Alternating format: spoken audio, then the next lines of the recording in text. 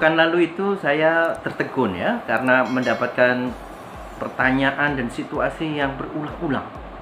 Bahkan ketika video conference dengan kawan-kawan anak-anak muda dari berbagai daerah, bahkan ada juga yang dari luar negeri, mereka bertanya umumnya, apa yang harus kita lakukan sekarang? Situasi krisis sudah sangat parah di bidang kesehatan, merembet bidang ekonomi, keadaan hukum, ya. Ini situasinya tidak seperti biasa. Lalu saya tekankan di sana, kalau kita lihat sebenarnya persoalan kita ini bukan pada krisisnya. Krisis itu terjadi di mana-mana, terjadi di sepanjang masa kehidupan umat manusia. Sejarah sejak zaman dulu sampai dengan sekarang dan bahkan masa depan, isinya adalah krisis demi krisis, ujian demi ujian.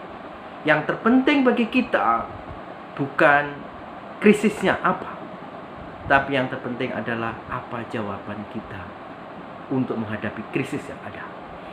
Kita tidak khawatir dengan krisisnya, tapi kita lebih khawatir ketika tidak ada orang-orang yang mengambil peran untuk menghadirkan solusi di tengah-tengah krisis itu. Pahlawan hadir justru ketika ada krisis itu. Kalau kita lihat dulu sejak zaman nabi-nabi, tidak akan mungkin diabadikan di dalam Al-Quran Nabi Daud alaihissalam itu kalau tidak ada kelebihan yang luar biasa yang perlu diketahui oleh umat manusia. Dan kelebihan Nabi Daud adalah bahwa beliau berani menghadirkan solusi di luar rata-rata orang-orang pada zamannya. Ketika penjajahan terjadi, Nabi Daud ikut serta. Meskipun dia bukan raja pada saat itu, dia tidak di dalam pemerintahan. Nabi Muhammad SAW, beliau sejak mudanya sudah terlibat untuk menyelesaikan masalah. Ketika umatnya terancam untuk pertikaian, siapa yang akan dipercaya untuk mengembalikan Hajar Aswad ketika Ka'bah itu mau dibangun?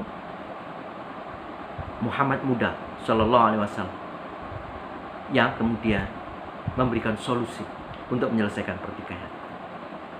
Di zaman Indonesia modern, sebelum kemerdekaan,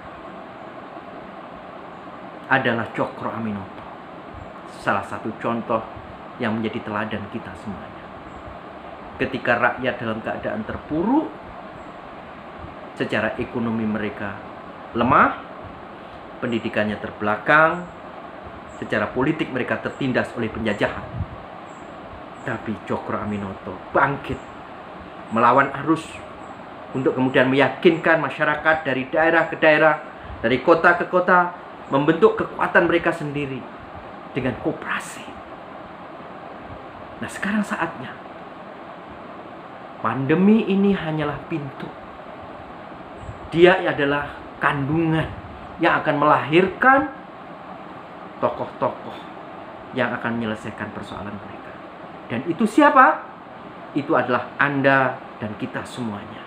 Jangan bergantung pada siapapun, bahkan kepada pemerintah. Kalau Anda terlalu berharap, Anda akan kecewa. Tapi raihlah kemuliaan, berikanlah solusi, dan itu adalah dari ide dan kerja keras dan kerjasama kita semuanya untuk membangun negeri, umat, dan bangsa kita.